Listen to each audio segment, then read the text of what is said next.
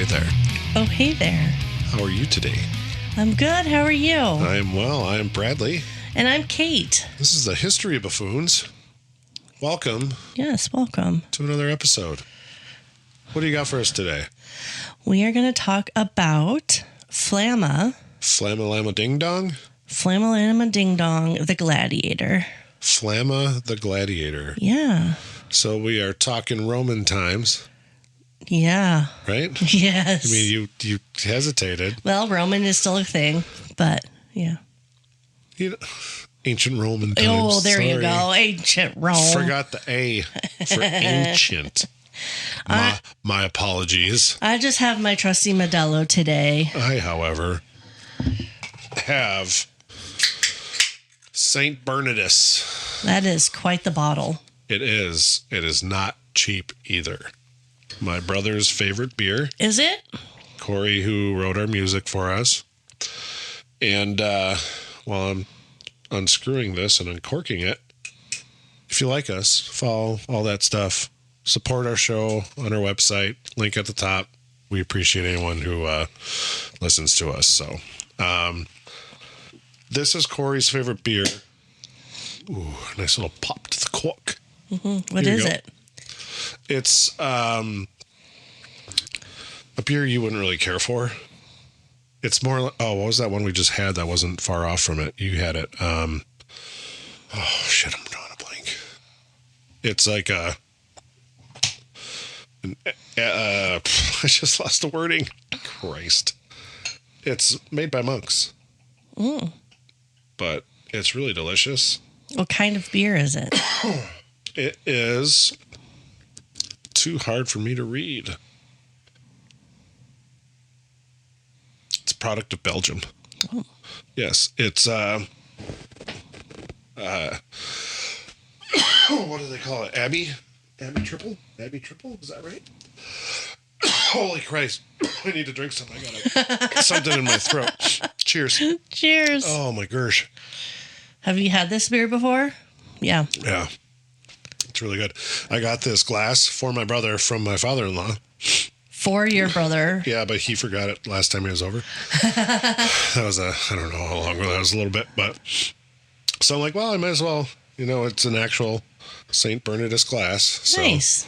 Thought I should drink it properly. Yeah. And it's buy a 4-pack. It's like $23 or $4. Okay. It's a lot. Yeah, but I mean, how big was that bottle? You don't get 4 of those. Like a 4-pack is like regular size bottles. Okay, got it. This is a 19 point whatever. Yeah. It's 10%. So how much was that one single bottle? 1 pint, 9.4 fluid ounces. So it's 25.4 ounces.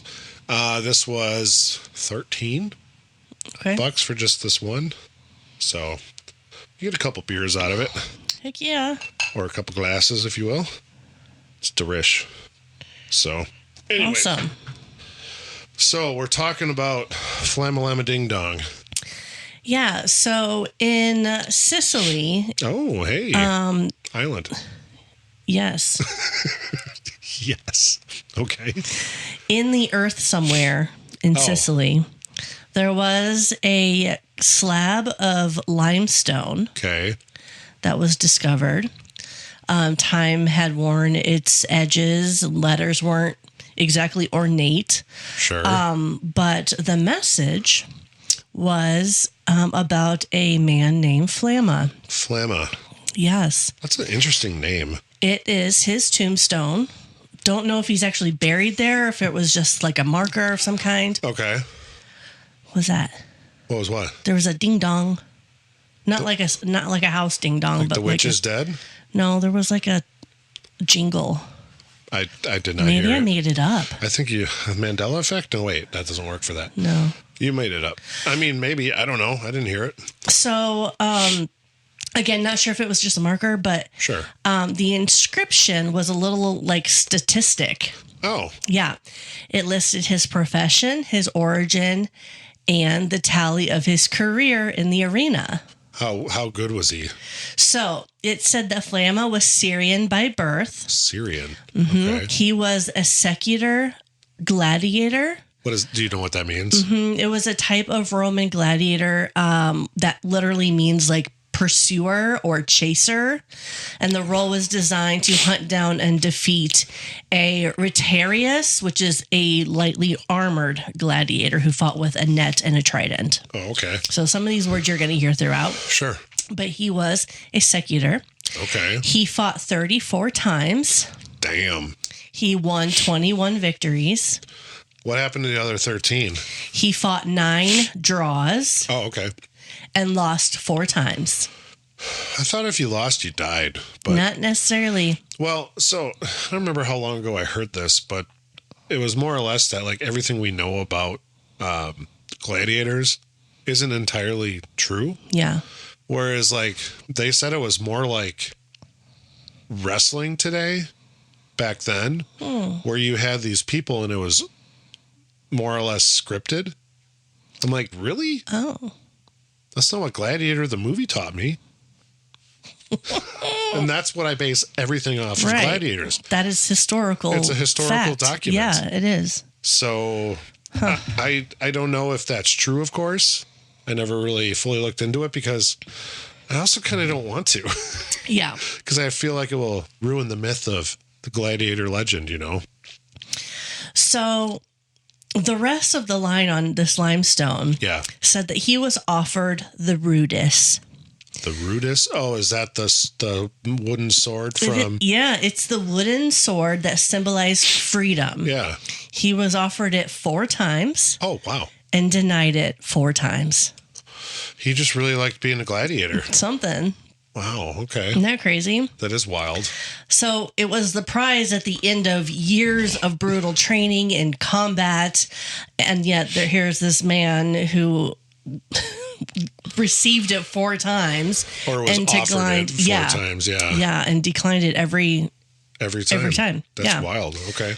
So the tombstone doesn't say anything else about Flamma other than those statistics, but it does offer enough clues for us, for historians to kind of piece things together. Okay. So Flamma was born somewhere in Syria, a region that is in the 2nd century, which was part of the Roman Empire at the time. Sure. Where is Syria still a thing today, correct? Yeah, I think so. I believe, right? Yeah, it's in the Middle East. That right, okay. Yeah. It's between Turkey and Iraq.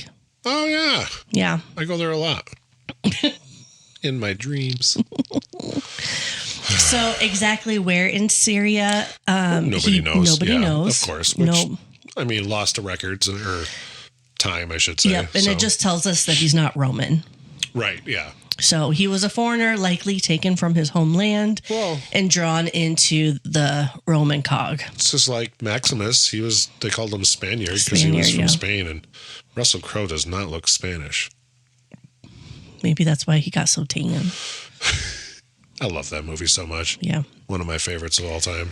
We also don't know exactly how he became a gladiator. There were several paths into the arena. Okay. Some gladiators were prisoner of war, captured during Roman campaigns and sold into slavery. Yep. Others were criminals condemned by the courts. Yep. But surprisingly, quite a few people also volunteered. Well, because you could get rich doing it, and you could get fame and fortune and all that stuff. And, I mean, I guess I was redundant by saying rich and fame, but either way. Yeah. Or fortune. I mean, God, I fucked that up really bad. But debt and poverty and desperation pushed many people into this agreement. So you like, fuck, I got nothing. What am I going to do? Well, I can go kill people. Yeah. In the arena and try and better our situation. So yeah, I get that. So because the inscription on the tombstone names him as Syrian and does not describe him as a Roman citizen, historians often suspect that he may have begun life in the arena as a slave gladiator, or perhaps purchased by a gladiator school. Sure, I could see that being a rational thought process because if he's not from there, yeah, for sure. But he eventually arrived at one of the empire's gladiator training schools known as the ludus. Ludus. Okay. The word ludus technically means school, but these were unlike anything else. Right. A gladiator school was part training camp, part prison, part professional, like athletic facility. High walls surrounded the complex. Sure. Armed guards would stand watch. Oh, dear. Fighters lived, trained, and prepared for the moment when they would step into the arena. Wow. Yeah. Crazy. So the men who ran these schools were called the Lannistae. To the Romans, the profession had a unsavory reputation. Okay. The Lannistae bought and sold gladiators, trained them, and rented them out to the sponsors of public games. Gotcha. Okay. But from a financial perspective, gladiators were valuable assets. Sure. Yeah.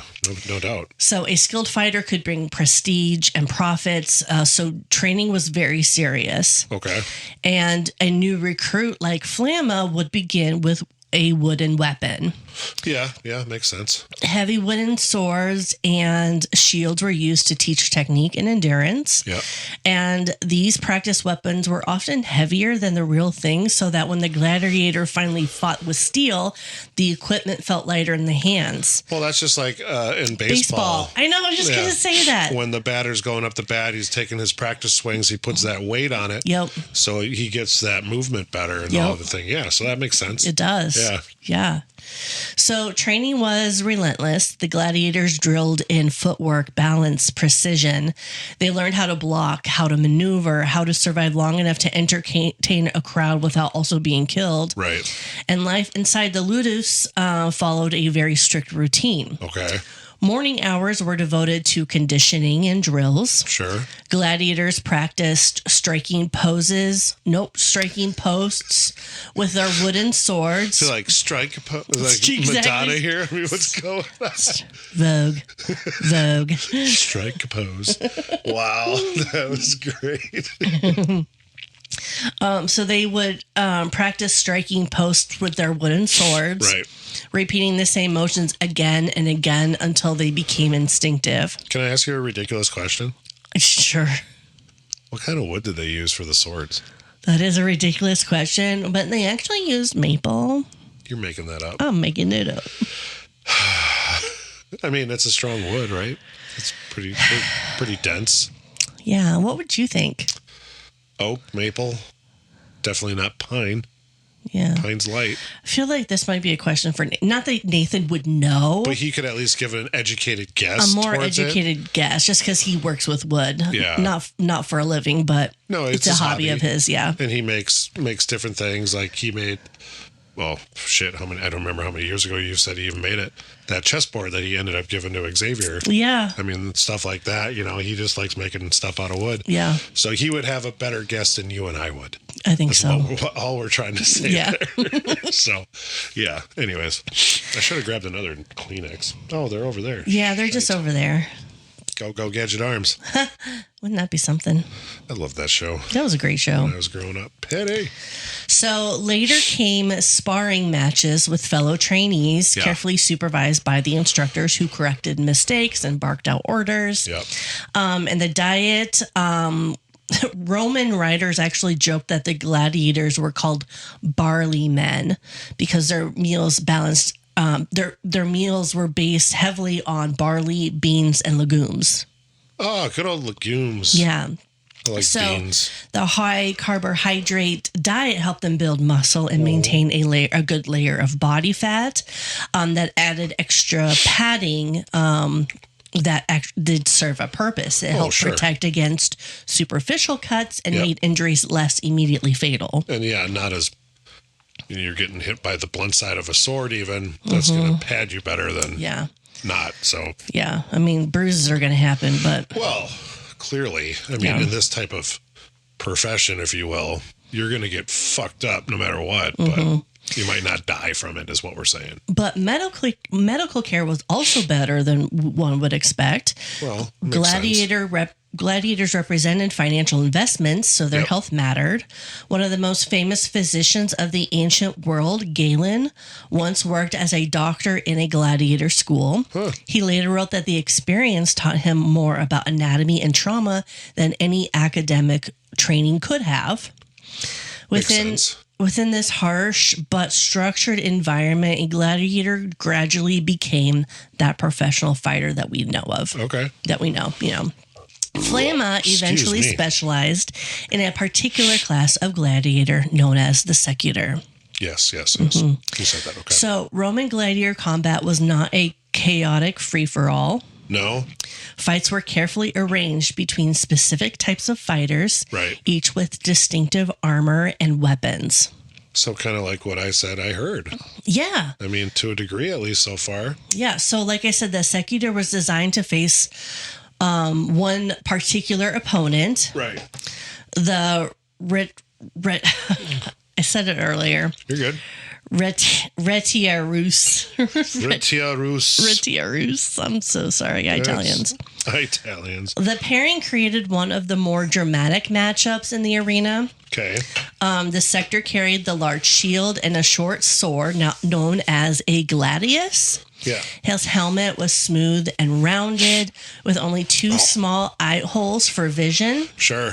Could you imagine how much that impaired your vision? Yeah. Even with the eye holes for it, man, your peripherals got to be fucked and everything. Like, I think of again, I go off of everything I know from the movie Gladiator.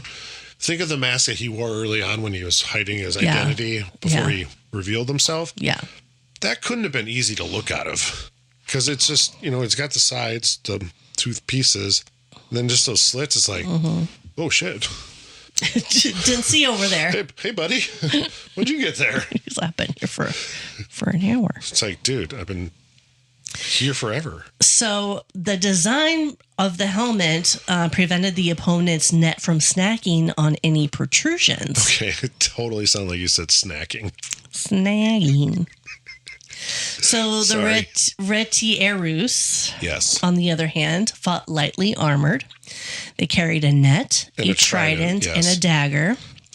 And their strategy relied on speed and distance. So rather than charging directly into combat, they circled his opponent looking for an opportunity to throw the net and entangle him. And then jab.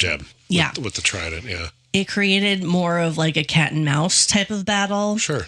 The retiarius, I'm so sorry, would dart and maneuver, and the secutor advanced behind his shield. Right. If the net landed, the secutor could be dragged off balance and struck with the trident. Sure. But if the net missed, the lightly armored retiarius suddenly faced a heavily armed opponent closing in super fast. And this is one of those times where just the crowd just loved to watch this. Well, yeah, I mean, because it's like you said, it's the whole cat and mouse. So, I mean, there's strategy on either side. Like, how do I get this guy? Brute force. And the other one's like, I got to dance around you. Right. Basically. Do you remember in the sting like a bee? What's it called? Float like a butterfly, sting like a bee. Yeah. Now, who said that? Mr. Ali. Famous is he, Ali. Yes. Dun, dun, dun, dun, dun, dun, dun, dun, dun. Muhammad Ali said that. Yeah. Do you know Muhammad Ali's real name? Yeah. No. Cassius Clay. Cassius Clay. Yeah. I think that's an awesome name too. I think it is too. But he adopted what is the Muslim faith, as that's what it is, right? Okay. And that's why he became Muhammad Ali, which is fine. Yeah. But I think Cassius Clay is a fucking super great name. Awesome boxer name. Yeah. So I'm just saying. Yeah. No disrespect, Mr. Ali, but I liked your original name. So at some point in his early career, Flamma walked into the arena for the first time. Roman arenas were enormous theaters of spectacle. Thousands of spectators filled the stands. Yep. Trumpets would announce the starting of the games. Yep. The sand of the arena floor was always freshly raked, ready to absorb sweat and blood. For sure. Flamma would have stepped out in full armor, shield raised, sword at his side, and across the arena would be his opponent holding a coiled net and long trident. Could you imagine how warm that would be in that armor? I know, like, they always portray him as like having like a fucking basically like a loincloth, and then their armor and stuff or whatever. But could you imagine how sweaty you would get in that armor? Because I'm just thinking of the. It would be so slick. Oh my god! I'm just thinking of the locations that they had a lot of these in because of where the Roman Empire was. But God damn, that had to be warm. Yeah. Not good warm. But yeah. Can we take a second for me to get one of those? You need to blow your nose? Yeah. All right. Back from my nose adventure. I got another one just in case. Okay, just the left side. I don't fucking get it. Yeah. Hate it. Anyways, it's not right. What can you say? Because it's left. Yeah. Let's move on. The fight. The fight. Began. The glorious fight. The retiarius circled, testing his distance. Flamma advanced slowly. Shield forward. The net suddenly flew through the air. What the? If it struck, the secutor could be pulled sideways and stabbed before he regained balance. Stab. But a trained gladiator like Flamma would try to deflect the field with his shield. Imagine the net missing. Now the advantage has shifted. You had me until you butchered it. Retiarius There it is. backed away, trying to recover his weapon, and Flamma pressed forward, the distance closing quickly. The sword flashed, and moments later, the opponent lay wounded in the sand. The crowd roared a victory. They gave him a real sword for this, right? Yeah. Not a wooden one anymore? Yeah. Okay, good. Oh, boy. Flamma would go on to fight 34 times. That's just crazy. It's an impressive number for any gladiator. Right. Many fighters never survived long enough to accumulate such a record. No, for sure. His victories, as I said earlier, number 21. Mm-hmm. So how do you get a draw? So a draw meant something specific in combat. Okay. It indicated that both fighters had performed skillfully, bravely enough that the sponsor of the games decided neither deserved death. That's enough. Okay. Mm-hmm. Wow. So after a long and exhausting battle, both men could leave the arena alive. Those matches were often grueling. Picture Flamma deep into one of these contests, which the fight has to be so much longer because neither one are being killed. Right. Longer than expected. His helmet is trapping this heat and sweat. Oh, God, The tiny eye holes. He's probably like dripping into his eyeballs. Well, I imagine there's sand flying around from the arena and everything. And then like the breath coming back into the shell, the metal shell. Yeah. Across the arena, the retiarius remains frustratingly elusive. Yes. Oh, he circles, prodding with the trident, retreating whenever Flamma advances. Shuck and jive. The crowd begins to murmur. Oh, my God. What are you doing later? Spectators want action. The fighters are exhausted. Yeah. And eventually the official overseeing the games, the editor. The editor? Okay. Signals the end of the match, a draw. Both men survive to fight another day. That's crazy. Yeah. Okay. I guess I didn't know they did draws for gladiator battles. I always thought you're always kind of taught, at least the way I remember it, is fight to the death. Right. You know, so I guess I didn't realize there was actually draws in gladiator battles. Yeah. That's crazy. So Flamma's record also included 4 defeats. Yeah. Losing a match did not mean death. Automatically mean death. Right. Gladiators were so expensive to train, and a skilled fighter was worth preserving. Oh, sure. So if a gladiator was defeated but had still fought well, he could request mercy. Oh. The gesture was simple. The defeated man raised one finger. It was a silent plea for release. They called it missio. So it's basically a medieval, like a white flag. Not a medieval, but it's an ancient thing for like today in like UFC. You tap out, like if you're basically. Yeah. Okay. Yeah. Or a white flag, yeah. But you're tapping out. I like that what it analogy. Definitely. Pardon me. The crowd and the sponsor would have to decide his fate. A popular or brave fighter often did receive mercy. Oh, and wow, okay. Flamma obviously did at least 4 times. Sure. So these defeats were not the end of his career. Nope. They were part of the long path that eventually made him one of the most seasoned veterans. Sure. So over the years, Flamma's reputation probably had grown. The fact that he was offered the rudus, which was the wooden sword symbolizing freedom, suggests that he became a crowd favorite. Sure. Receiving the rudus was one of the greatest honors a gladiator could receive. Yeah. It meant the fighter had earned release from his contract or bonds. Slavery. Yep. Mm-hmm.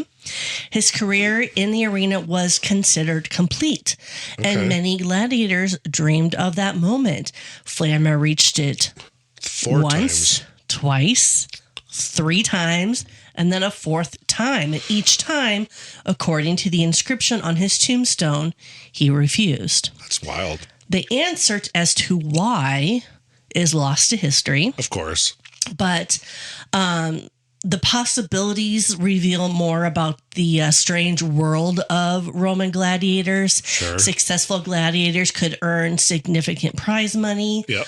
Victorious fighters received payments from gifts from sponsors. Oh, sure. Over time, a popular gladiator might accumulate far greater wealth than he could have earned anywhere else. Right. Yeah, for sure. So fame was another powerful incentive. Yeah. And gladiators were kind of considered celebrities in Roman society. They were rock stars or whatever. Yeah. Whatever you want to call them here. But yeah. And is it true that like ladies, like fine ladies of higher standing would go and bang popular gladiators? I didn't read that. You never came across that? Okay. Because I always remember that was like a thing that I remember reading. I don't know if it's true. Yeah. I almost find it like, really? Yeah. But I guess maybe. I don't know. There were wild times back then. Yeah. Well, graffiti discovered in ancient cities like Pompeii show fans praising their favorite fighters. Oh, sure. There were women that did leave like declarations of admiration, but I don't know much about like what actually would happen. Yeah, but that's just like name your band here, like I love you, right? Taylor Swift or whatever. You know, it doesn't mean anything beyond that. But so there was another matter of identity. After years inside the gladiator school and the arena, fighting might have become the only life that Flamma really knew. Sure, which I get that. Mm-hmm. The brotherhood of the ludus, the roar of the crowd, the adrenaline of combat, all formed like this powerful world that he was in. Sure. So freedom meant uncertainty. Mm-hmm. So outside the arena, was he a slave with no clear place in Roman society? The arena offered danger, but also fulfilled a purpose. So almost kind of a structure for him, too, a structure to his life where training, the food and, the meals and everything he got through the ludus, right? Ludus, yes. Ludus, that's the place where he trained. School, yeah. So you had that curriculum almost, if you will, like, hey, you got to learn this so you can be a better fighter. Right. Or just your everyday routine. So yeah, I can see why it would be like, I don't want to go out there. Yeah. Well, it's kind of like Brooks from Shawshank. He's institutionalized. Yeah. I mean, it's the same kind of concept to a degree. You don't know anything but what you're in. And so I could see why he'd want to stay. A lot of benefits to staying. A lot of not benefits for staying. Yeah. But, a lot of uncertainty for if you leave. So, yeah, I totally get it. Yeah. Yeah. So 4 times Flamma declined the wooden sword. He chose to remain a gladiator. But Flamma did die eventually at the age of, guess. Oh, dear. Age of 47. Younger. 27. Older. 37. 30. Jesus Christ. He was only 30? He was only 30. He was only 30 and he won 34, or he fought 34 battles, won 21 times. Yeah. 9 times spared and then 4 times lost. Look at me go. Numbers. 30. Jesus. Well, I guess that's probably like an ancient man back then. Yeah, so this is not unusually young, but it suggests that he had survived a long career in this profession. When would you guess he started this profession? Like, how old would you guess? Well, the typical schedule of experienced gladiators, they would fight approximately 2 to 3 times a year. So 2 to 3 times a year. So we're looking at 34 battles. So we're looking at 11 years. Decade, yeah. Potentially. Yeah. If not more. So if he died when he was 30, he probably started when he was 16, 17 years old. Like started training and then. If I had to guess, which is a pure fucking guess. Yeah. Wow. That's wild. So somewhere along the way, someone paid for his tombstone. Yeah. Not sure if it was a fellow gladiator, a sponsor, an admirer. Or just, someone who respected what he did. Yeah. Kind of thing. And they carved his record into the stone so it wouldn't be forgotten. Which is wild, really. Most gladiators have vanished from history without leaving even a name behind. Well, except for Maximus. There's not much out there for... No, there really isn't. Even with Flamma, there's not much, but... No, of course I added in what could have happened with his training and stuff. It's speculation. It's what happened during that time. So he probably went through that, most likely. Yeah. Do we know? Absolutely not 100%. But it's very probable he went through that. Yeah. That line of training and so on. Yeah. Yeah. So a man who stood in the arena again and again started staring down opponents beneath the crowd. And when freedom was finally placed in his hands, he chose the sword instead. Yeah. The gravestone's exact archaeological setting and where it is today is unknown. Oh, no, really? They don't know where it ended up? It was discovered centuries ago and later disappeared, but even without the stone, the inscription still marks him as one of the most remarkable gladiators remembered in the Roman arena. And where did you say they found that when they did? Did you have a location? It was in Sicily. Sicily, that's right. Okay. Yeah. Wow, that's crazy. Yeah, isn't it? Like, do you think he well, clearly it doesn't sound like he retired, but because he passed up he died at 30, so not sure if he died in the arena or what, but, or died from injuries outside the arena. Yeah, but it's crazy that it would end up in. So do you think, and again, pure speculation and your opinion, do you think he ever fought at the Colosseum? Or did he fight at the outlier, like, territories and all the other, because they had them everywhere. They did. Back then, so... I mean, sorry for my... It's just your runny nose. Yeah, it's just my left side because we know it's not right. Right. See? And, I don't know. I think in my research, well, they don't know anything about him other than his tombstone, so it's hard to say. It's just pure speculation. Yeah. So, because, I mean, could you imagine, like I just picture when they walk in for the first time, they're looking around like, holy fuck, what is this? Okay, so with someone with such a huge record, I'm going to say yes. Like he is a popular, skilled gladiator. Yeah, they're going to bring him to Rome. That's kind of where I was going with that. Yeah. Is if I had to purely speculate a guess, I would say he did. Yeah. Because of his record alone, it would make sense that he would have went there, but again, who the fuck knows? Don't know. Because, like you said, it was lost to time. It was. But, all right. Would you like some more idioms? Back-to-back episodes with idioms? Oh my God. Are you serious? The heck? So hopefully these are not bad. Yeah, let's hear them. All right. Let me put my computer away. You can put yours down. I will pick that up. All right. Have you heard of the idiom, right as rain? Yes. Good, because you're the one who told it to me. And if you didn't, well, then that's fucked. Well, that's right as rain. All right.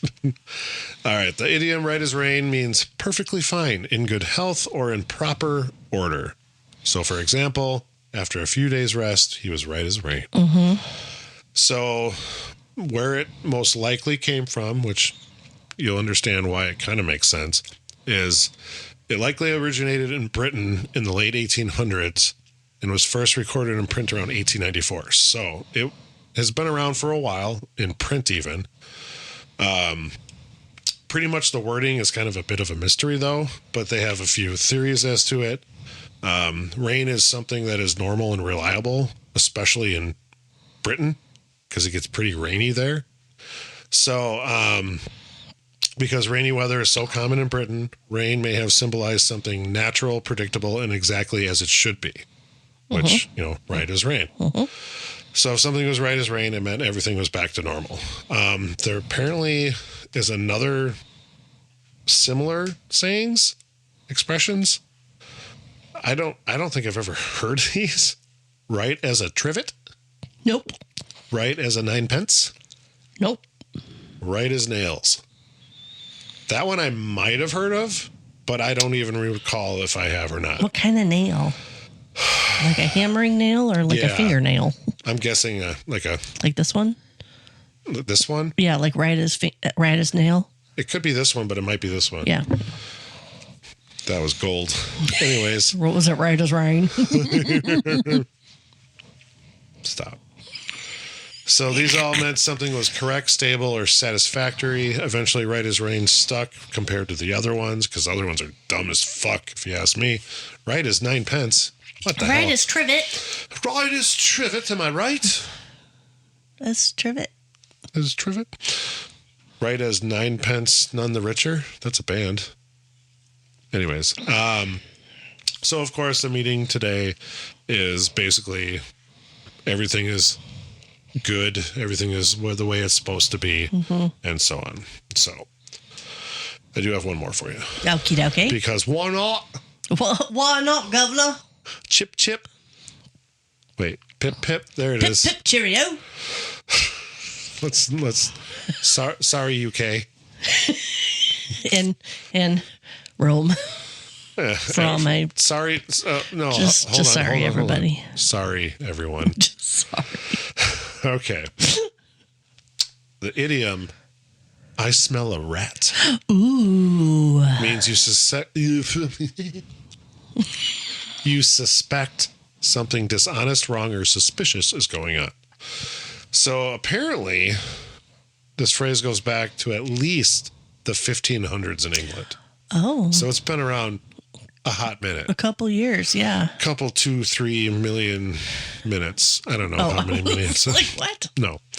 So early examples appear in English literature, so it actually has shown up in print and stuff, including a line in the 1599 play by Ben Jonson where the character says, "I smell a rat."